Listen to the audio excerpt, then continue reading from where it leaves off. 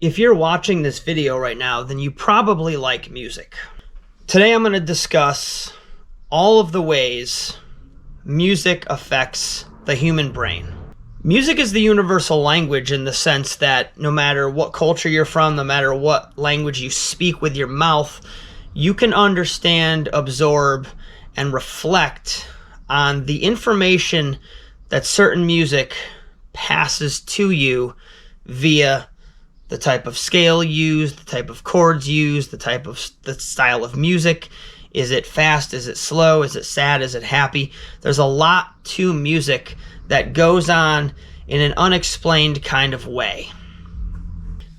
Music has been shown to stimulate parts of the brain.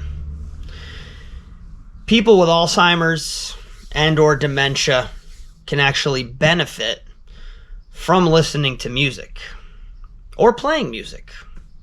Music helps Alzheimer's and dementia patients with their memory, making the memory stronger. Learning a musical instrument as a kid can actually give you a stronger mind as an adult. Playing a musical instrument as a kid and learning music can make your mind stronger through adulthood and into your senior years. You will have a sharper, stronger mind, a better memory as an older person if you start out playing music as a kid. As an older person, 65 or older, playing music and or listening to music can actually enrich your life in ways that you wouldn't normally expect, helping with memory and just giving you a general sense of overall positive well-being. Musicians' ears, also known as the auditory cortex in the brain, playing music, listening to music keeps that part of your brain in better shape, leading to less hearing troubles as an old person. Of course, if you're like me and you listen to music very loudly, you're probably screwed. Playing music has been shown to reduce stress and shown to reverse the body's response to stress at a DNA level. Drumming, for example, can help people with anger management issues vent their frustrations in a concentrated and healthy way. I think that's actually how death metal started.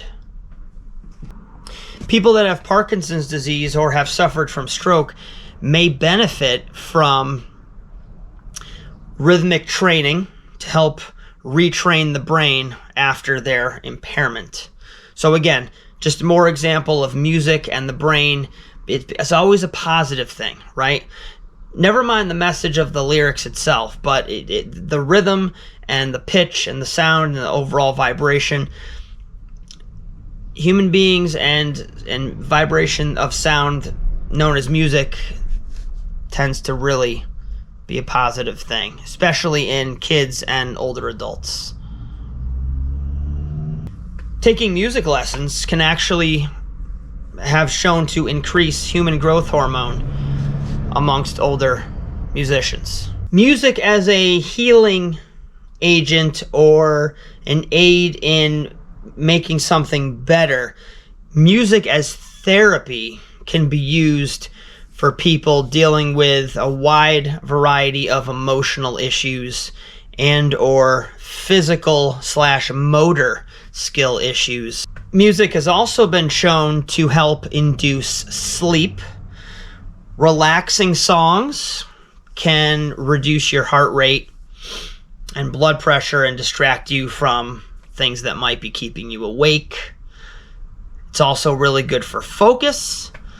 I personally have always found that anytime I have to read anything long form, having music in my ears, believe it or not, actually makes me able to read and retain what I've read much better. I tend to be very distracted from the world around me, but if I plug in some music and it's almost like a babysitter for your brain, right? You plug in the music, it allows you to focus on the task at hand.